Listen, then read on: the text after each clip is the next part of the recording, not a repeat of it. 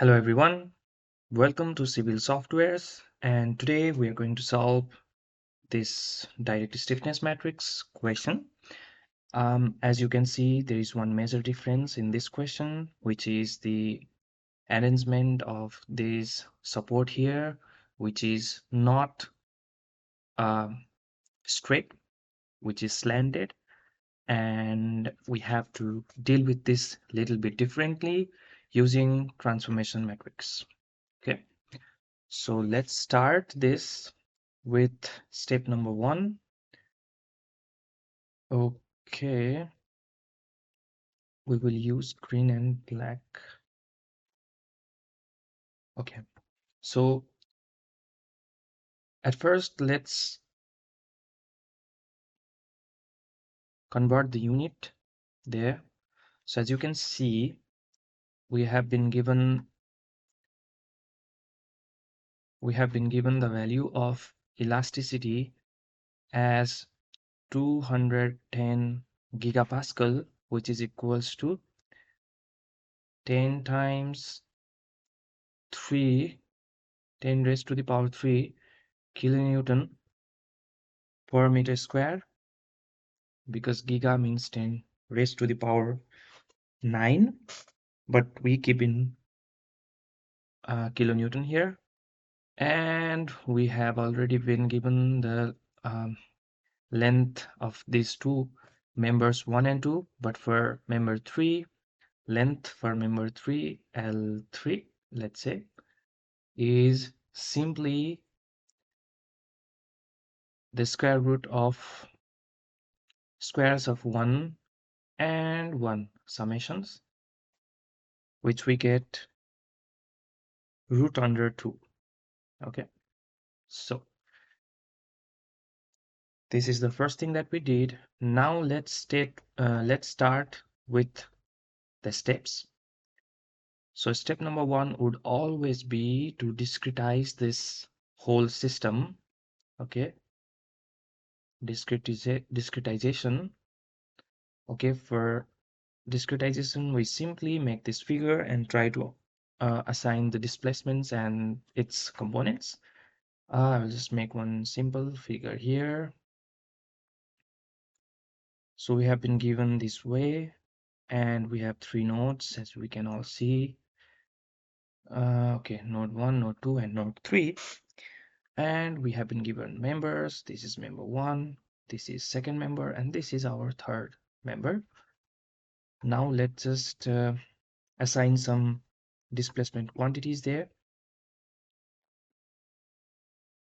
Okay, so let's say for node 1, we have our displacement values as u1 and then v1.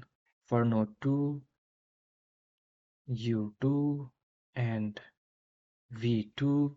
For node 3, we have u3 and v3.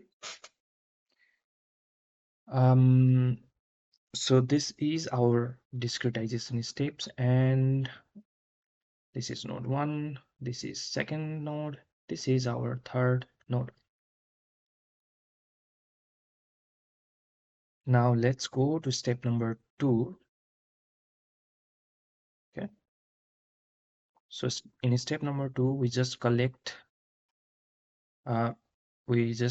force and displacement matrices. Okay, displacement matrices, we collect those. Let me just shift it a little bit. Okay, so now for the force matrix, we will just write F, and as it is matrix, we'll just represent this way. And I hope this fits in, but let's just do like this. Okay, and so we have, as we can see in the figure, for node 1, so here we can also write reaction 1 in x direction. reaction at 1 in y direction. We write here reaction instead of force because we have the hinge support there. Okay, and it provides the reactions. Similarly, the third node also has a support which is roller, so we will be writing reactions instead of the forces because there's no applied force there. But as you can see in our question that we have 100 kilonewton of load acting in this u2 direction, so let's just say this is force at node 2 in x direction, this is force at node 2 in y direction, and here it will be reaction in third node in x direction, reaction at third node in y direction. So our job is just to collect those things. At first we symbolically write those things. So first force is for the first node reaction 1 in direction x, reaction at node 1 in y direction, and after that for node 2 we also have a roller support.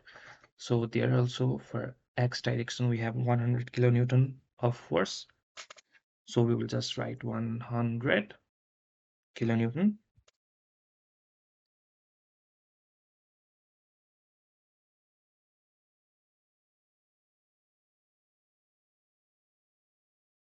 100 kilonewton. Then we have for the y direction in the second node we have reaction F to y,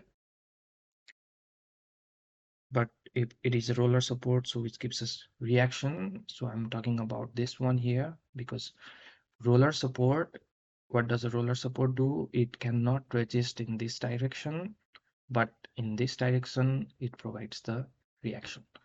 So here we have that reaction at 2y. Then okay, we are done with the second node, and now for the third node we have reaction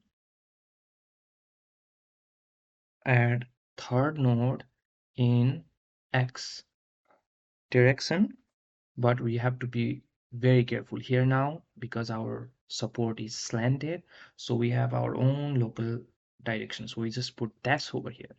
So what does that mean? That means that our support is in this configuration, right?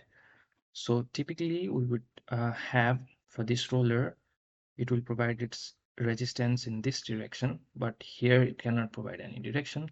But these two directions are its local coordinates. This is x dash and this is y dash, while the global coordinate is x and y. So we have to put dash over here because the reaction is provided in its local direction, okay, and not in the global.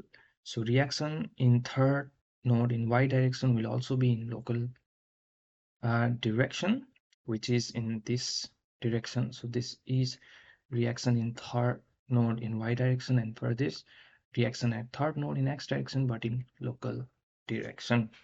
Okay, so this is our collection, but here we can just furthermore simplify by just putting up these values what we know. For example, in node 1 at reaction at 1x we have to find this because we don't know. Reaction in 1y we have to find this because it is hinge support. And for the second node, this is the given force. So we just put R2I, we need to find this as well. For reaction in 3x dash, which means in the third node, but in its local x direction, since it is roller here, it does not give any displacement. So it's 0, okay? Okay, so reaction at third x, it would be 0, but for y direction, since it's roller, it will have its reaction in this direction. Yeah, so you will have to find this value as well, okay, to find that value as well.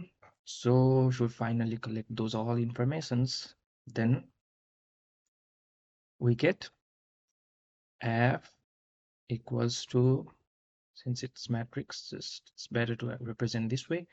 So reaction 1x, okay, reaction 1y, okay, then 100 kilonewton, okay, And then we have reaction to y.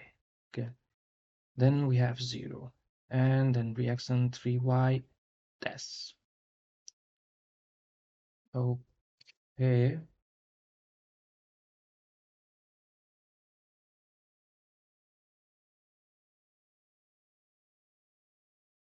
this is it.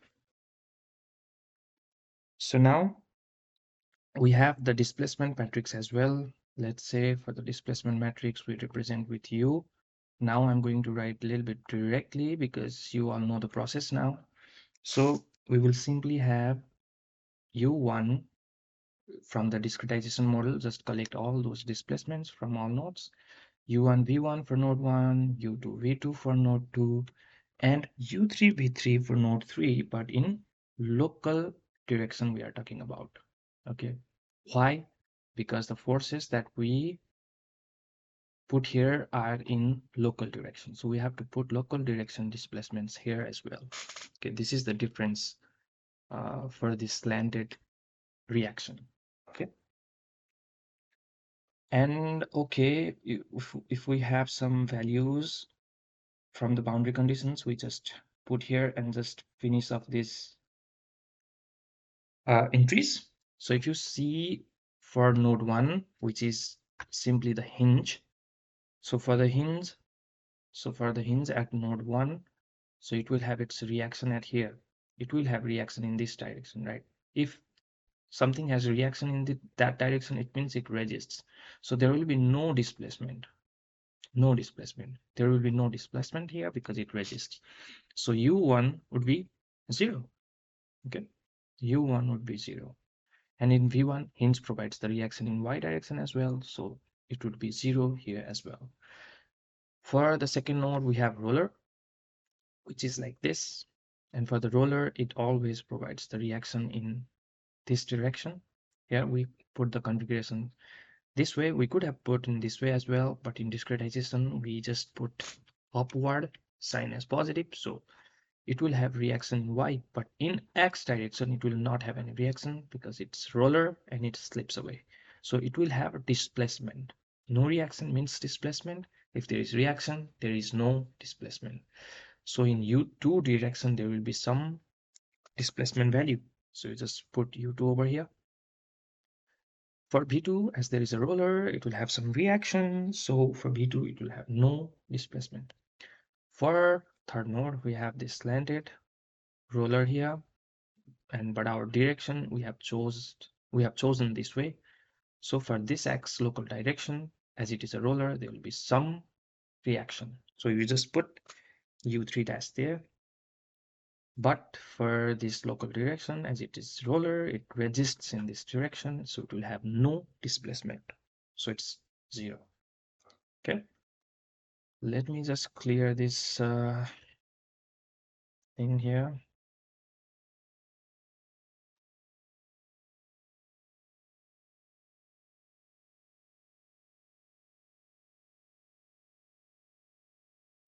Okay.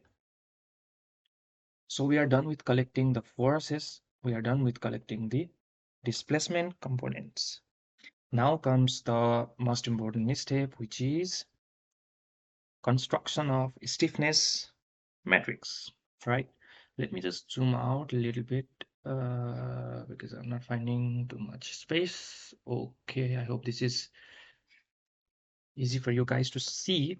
So for step number 3, we have stiffness matrix. Okay, this is the most important step. Okay, let's go for element 1 first. Element 1. Okay, so roughly I will just write what is element 1. Our element 1 is simply a straight bar, nothing else, which is of 1 meter. Yeah, so it is just this node 1 and node 2. For this kind of structure, you have direct formula for K1 equals to A, its elasticity divided by L, which is 1 basically. But okay, I will just write L for first time, and then It is not a typical horizontal bar, but it's the vertical bar, so it will have a little bit of changed matrix.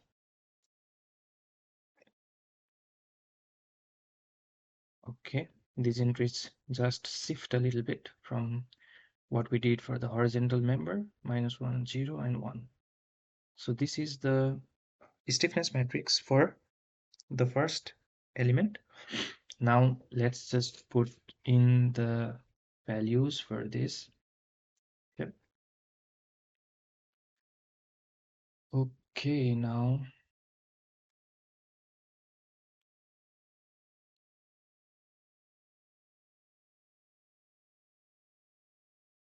so now here I will just shift this and put these values. So for now, let's just calculate A by L values only. So area for the first element is, what is the area for our first element? We can just see A1 6 into 10 to the power minus 4. Okay. So area is 6 into 10 to the power minus 4 into, what is the value of elasticity? Is 210 into 10 to the power 6. Yeah, 10 to the power 6 in Newton per meter square. Okay. Okay, so we are keeping everything in Newton per meter square. So we just raise this power from 10 to the power 3 to 10 to the power 6. Okay. And then divided by L, L is 1. It's 1. So what is the final output of this AE by L value? Okay, so if you calculate this, you're going to get 8, 1, 2, 6, 0, 0, 0. Okay, now let me just shift this a bit here and then finalize the stiffness matrix for element 1. So now here I'm just going to directly put 1 to 6 0 here, and then inside I'm just going to put 100 everywhere so that it looks a little bit easy. I just took 100 inside. Okay, you will know why after some time. So 100, this is 0, this is minus 100, and 0, 0, 0, 0, 0, minus 100, 0, and 100. Okay, so this is our stiffness matrix for element 1, and you just need to be very much careful with the displacements here. So for the first element, it's U1, P1, and U2, P2. Okay, so U1, P1, U2, and P2. Now let's just move forward with the second element. Okay. Okay, for element 2, so our element 2 is just a straight bar and having nodes 2 and node 3, right?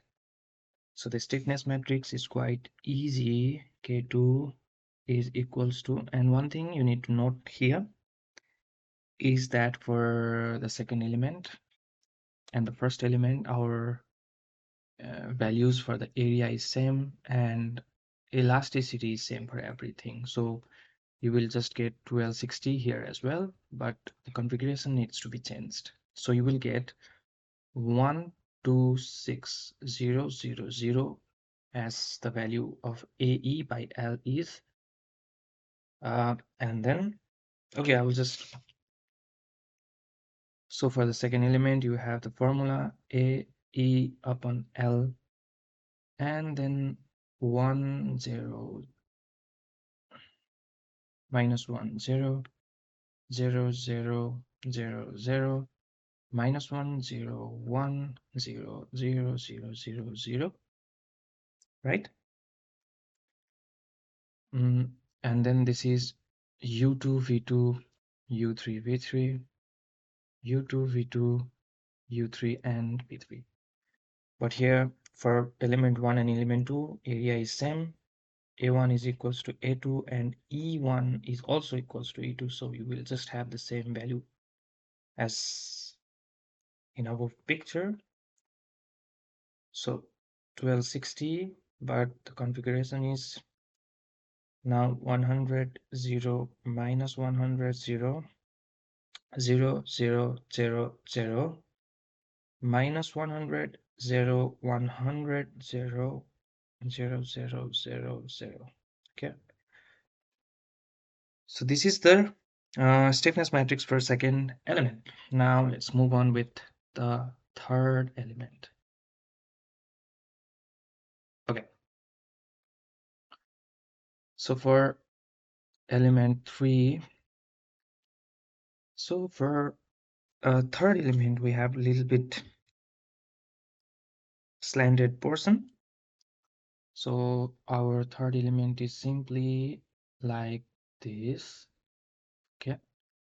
And our angle is 45 degrees. This is node number 1 and this is node number 2. So sorry, that's not node number 2, that's node number 3. So now you can simply use the formula to find the element, but before that, okay, I will just write the formula first.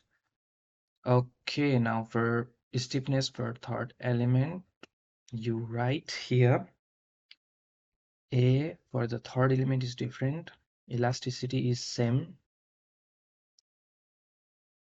AE upon L is also different for the third element. And then you just provide here the different matrix because it's slant. So C square, S square, C square, S square. Okay. And then C square, CS, minus C square, and minus CS.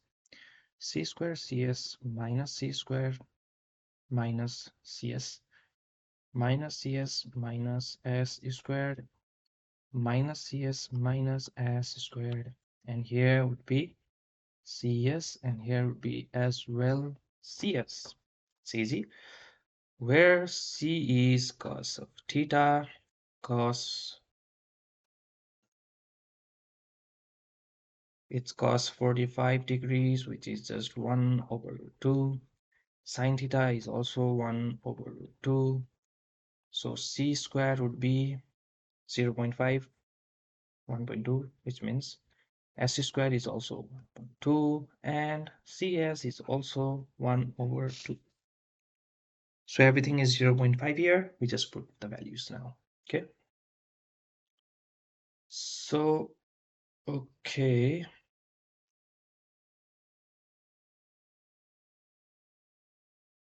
Okay. K3. Well, I am just going to do the separate calculation for AE by L. So AE upon L is going to be, so what is the area for the third element? So it's 6 square root of 2 into 10 to the power minus 4 into elasticity is going to be 210 into 10 to the power 6 over length we found out square root of 2 in the beginning. So if you solve this, what you are going to get is 0. Okay. So we just put this information in this matrix directly. So we get the stiffness matrix. Okay. So what we are going to get here, okay, let's continue here. So K3 is going to be, let's separate this. Okay. So K3, go to this step from here. So K3 is going to be, I'm going to put 1 to 6, 0, so that 100 remains, and just be careful that all the increase inside is just 0.5. So when you multiply that 0.5 with 100, which we took common, it is going to leave us with 50, right? So I'm just going to put this directly here. So c squared is 0.5, but multiplied with 100 would be 50. Okay. So it's going to be 50, and all of the entries are going to be the same. Just be careful about the sign. Okay. Then this is also going to be 50, 50, and minus 50, and minus 50, minus 50, and minus 50 here as well. Minus 50, minus 50, positive 50, positive 50, positive, and positive. Okay. And then since we did it in this way, now you have to be careful with one thing, as I always focus on that. So we went from element number 1 to element number 3, right? So this is your section for u1, v1, and then this will be u3 and v3. u1, v1, and u3, v3, simply like this. Okay, so since we have already completed the stiffness matrices for all of our elements, I want to explain a little bit about this stiffness matrix. So for the third element, we just did simply thinking that we have like this kind of support, right? Not inclined one, because this is the formula for just the simple bar with no slanted portion. But in our question, our support is not exactly like that, but it's inclined like this. So now we need to do something so that after we make global stiffness matrix, we have to use the transformation matrix and then convert to inclined reactions and support. Okay, reactions and displacement fields. So we did this just normally. We now combine all those stiffness matrices globally. Then we are going to assign the transformation matrices to those elements where it is required, where there are inclined rollers, roller support, and then we are going to change the whole global stiffness matrices such that now our support reaction would be inclined. Okay, we do that stepwise, but I just wanted you to know that we did this until now just simply. Another step would be assemble all the matrices. Assemble all the stiffness matrices. Okay, so this is a very important step, and you need to be careful about that. Okay, which is called global stiffness matrix, and we're going to do that. So now global stiffness matrix. So now we have a stiffness matrix for element 3, element 1, element 2, all here. Now we just fill up the entries. Okay, so for the element 1, we have u1, v1, u2, v2, which is our section. You may have noted. So this is u1, v1, u2, v2 section. All of these, all of these, all of these. So this completes our u1, v1, u2, v2 section. So we are just going to fill up these spaces. Just see the intersection between them and just fill up. Okay.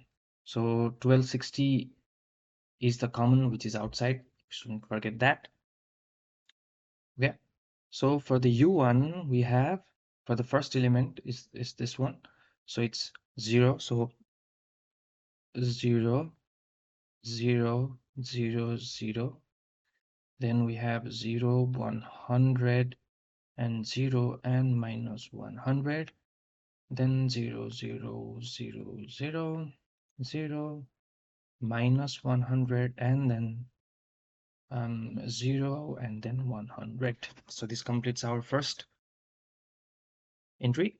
Now let's go with the another one. Let's use this color for the second element, which is U2, V2, U3, V3. You have to be concerned with U2, V2, U3, V3, which ranges from this section to this section, and this section to this section, and common between those sections it starts from here all the way to here, all the way to here from here. Okay, bounding those red dots. So let's just first erase these dots. Okay, I don't want to be messy here. Okay, now so U2, V2, U3, V3 starts from this section. The first element is 100, so I'm just going to add 100 here. V2 is 0, so okay, let's just add this also. And here it's minus 100 and 0. Others all are 0, 0, 0, and 0 here. And then we have minus 100, then 0, and then 100, and then 0. Here we have all zeros, zeros, zeros, and zeros. So this completes our second element as well. Now for the third element, let's just use the dark green color. Okay. So for the third element, we have to see this section, and it is U1, V1, U3, V3. Okay, U1, V1, U3, V3. So this is U1, V1. This is U3, V3, U1, V1, and U3, V3. Okay, so it starts from this section. So just add 50 here. V1 is as well 50. Then U3 is minus 50, and here as well minus 50, and here 50. Here 50, then here minus 50 and minus 50. Then we go all the way from all the way to here, minus 50, minus 50. Here it's 50, so just add 50 here.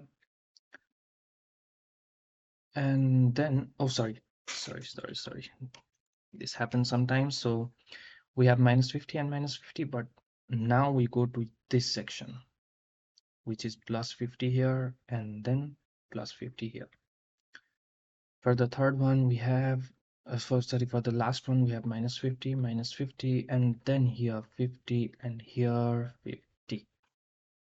So this completes our stiffness, global stiffness matrix. So this is our final global stiffness matrix. And we just have U1, V1, U2, V2, U3, V3, U1, V1, U2, V2, and U3, V3. Okay, so this is our final global stiffness matrix. But in step number, which step are we in? So it is step number 4. Okay. So for step number 4, what we need to do is we need to consider the slanted roller. Okay, so we use this formula, transformation matrix, stiffness matrix, which we got, which I represented with M as the matrix, but we can represent this as K for now, and T transpose. Okay, so why do we need to do this? Yeah, why do we need to do this? Because what we did is we just made the global stiffness matrix thinking that this is just a normal support, but our support is not like this. Our support is like this one, right? So we need to transform the stiffness matrix so that this effect can be considered. Why? Because in F equals to KU, what we did for the reactions at the third node is we wrote okay u3x in local direction, u3y in local direction, but in stiffness matrix we just found the stiffness matrix globally, which does not quite sit well. So we have to now transform this stiffness matrix so that it can be equivalent with the local axis. So for that, you need to use this formula wherever you find the slanted sections. And this is the main idea. This is the main idea. Okay. So if you use this transformation matrix, I will show you how, then you are going to be okay. Otherwise, your stiffness matrix will not match with the displacement fields and the forces that you considered. Okay, now let's just do this one.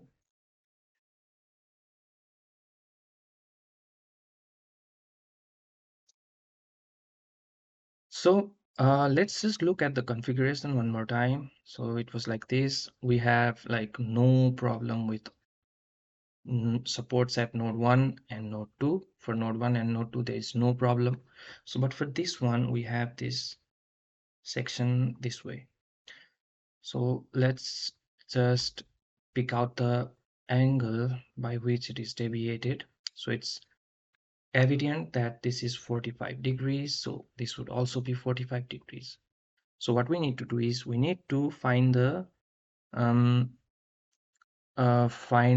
resultant which we get after shifting this 45 degrees, right?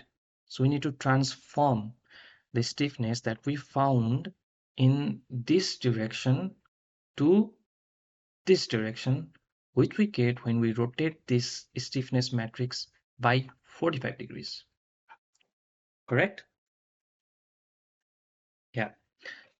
So we just do that now. So since our angle theta is 45 degrees, it is slanted by 45 degrees. So we need for the transformation matrix cos theta c is just 1 over root 2 and sin theta is 1 over root 2 as well. So now here is how we write the transformation matrix when we have to change it globally. So the transformation matrix, okay, is very easy. You just set this matrix first, okay. You have the identity matrix here, okay. This represents the first element, which we do not transform because support is fine over there for the first node. And this is also identity. I'm talking about the diagonal terms only. So this is for the second node, which is also fine because second node is not slanted. But for the third node, we have this diagonal term as another transformation matrix because it is slanted. And rest of the element will just be the zero matrices. Okay, 0, 0, 0, 0, and 0. So you have slanted support in one node, so we put this diagonal term, which basically represents the third node, as the transformation matrix here. Okay, and the transformation matrix, as we all know by formula, is just C S minus S C. Okay, when we talk for only one node, we have this. Otherwise, we will have this another section of CS minus SC, and we'll just fill up these spots with 0. But we are only talking about one node here, so we just cancel this section and only talk about this. Okay. Okay, now if you fill up this transformation matrix with CS minus SCs, then you just get 1 over square root of 2, 1 over square root of 2, minus 1 over square root of 2, and 1 over square root of 2.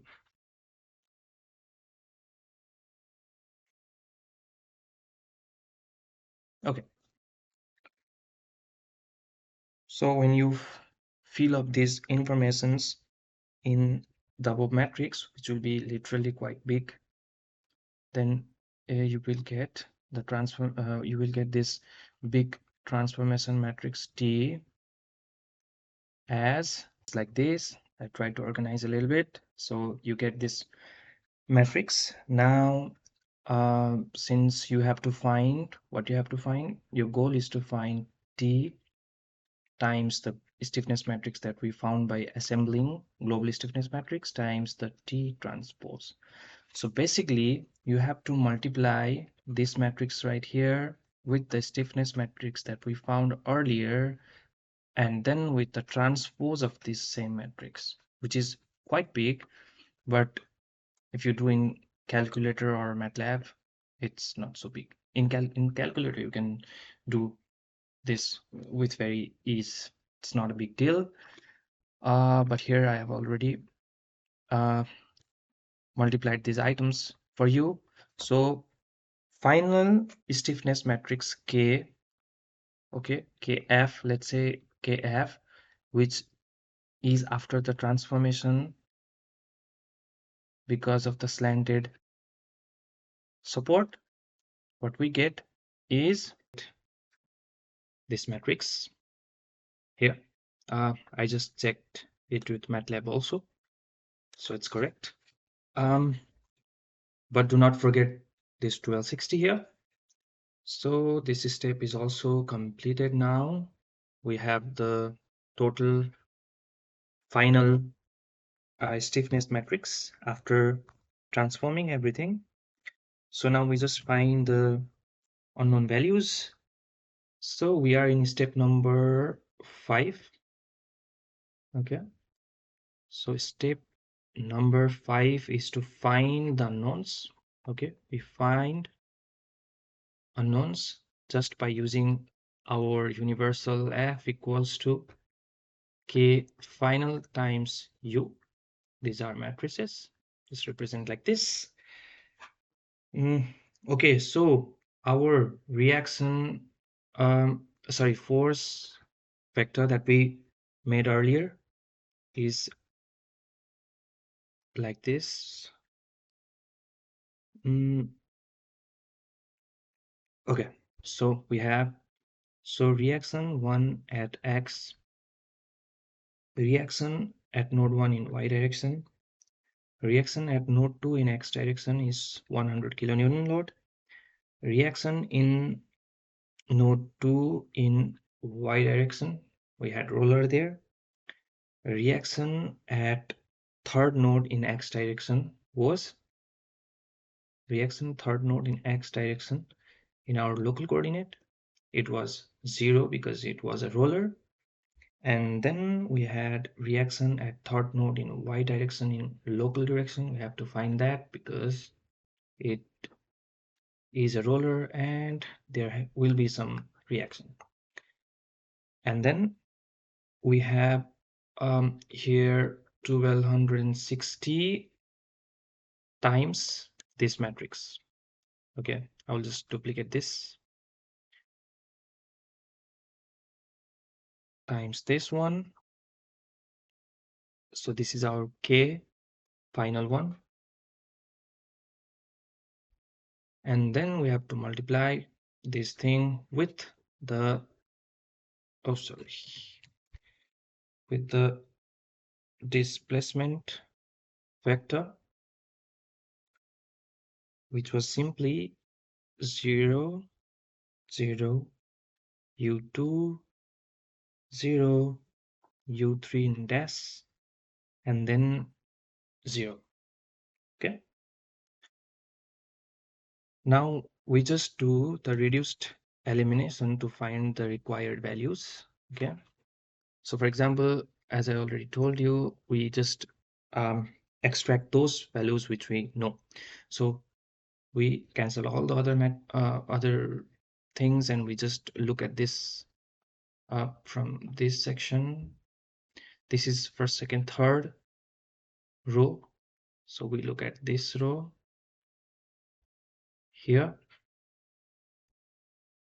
Okay, third row, then we have to look at the third column as well. So, and those elements which are in an intersection, we will just, sorry, we will just extract those which are in the intersection. Okay. And then we have the known value for this one as well, which is our second last row, this one here.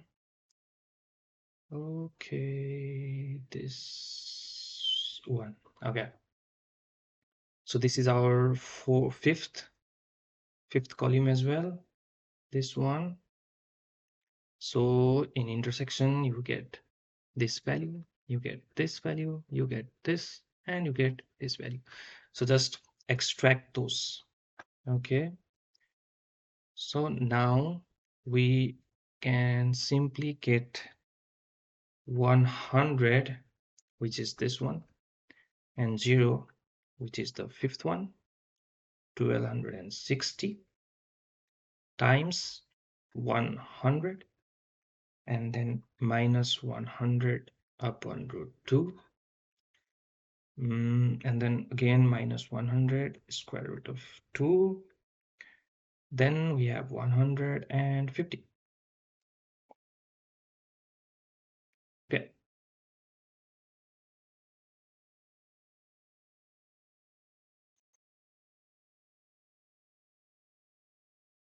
this and then times we have u2, and you will find u3 tests. Okay, now when you solve this, after solving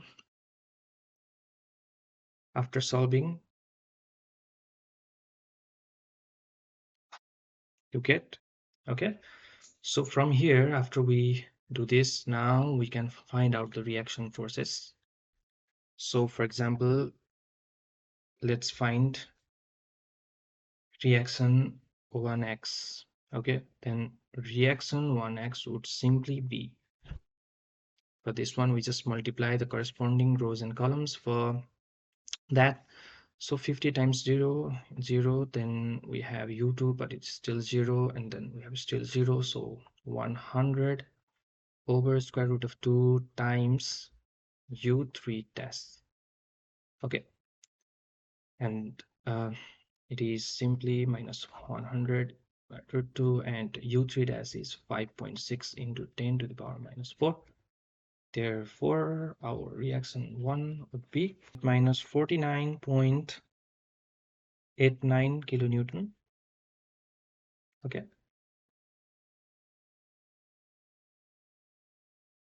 And then 1260 times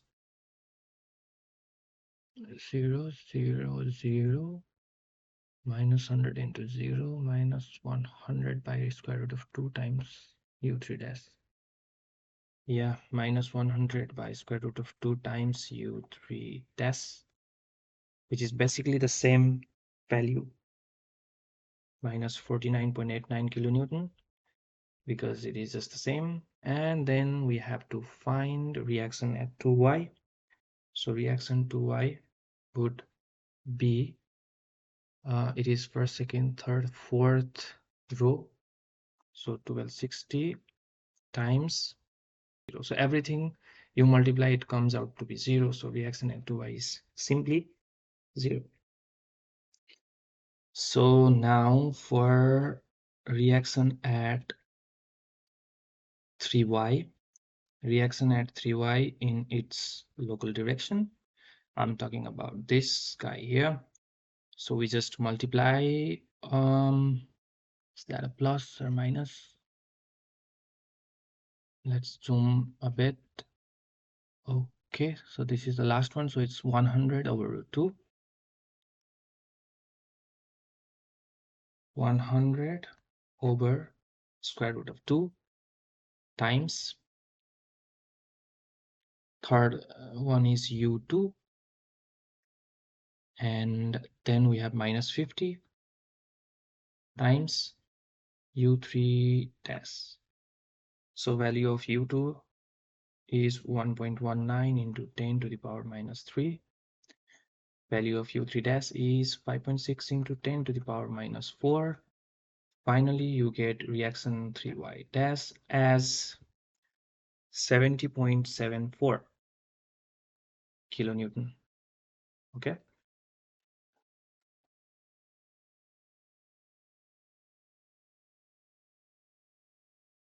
So we have found all the things required. So this is reaction 1x. This is reaction 1y. Okay, just making this distinct. At the 2y, we found no reaction there in the roller support because the load was only horizontal, and reaction at third y to be like this. So you can always check the your answers by the force balance equations. Just make it like this, okay? And for the reaction 1x, we found out it to be in the negative direction. That means our direction was exactly opposite to what we found out. So this will be 49.89 in this direction because it's minus, which means it's opposite to what we chose. 1y is also minus, which means this also goes in opposite direction. So reaction into y, we have nothing to write there. And for the third, in x direction, we have nothing, but in the 3y in local direction, we have 70.74, which is in positive direction, means it is like this. Okay, 70.74 kilonewton.